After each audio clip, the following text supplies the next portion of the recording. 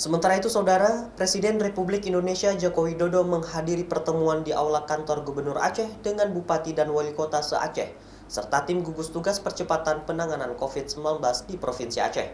Pertemuan dilakukan secara virtual agar terhindar dari keramaian.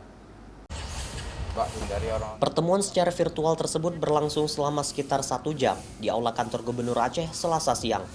Pertemuan tersebut membahas persoalan penanganan dan pencegahan penyebaran COVID-19 secara terintegrasi di Aceh. Presiden meminta kepada seluruh kepala daerah, baik bupati dan wali kota, untuk mengatasi persoalan meningkatnya kasus positif COVID-19 di Aceh agar tidak berdampak pada pertumbuhan ekonomi. Dalam pertemuan virtual, Presiden menyebutkan kasus positif COVID-19 di Aceh masih relatif sedikit, sehingga diharapkan dapat diselesaikan dengan cara melakukan isolasi mandiri secara ketat. Jokowi juga menyampaikan agar kebijakan pemerintah Aceh dilakukan harus merujuk pada keputusan sains.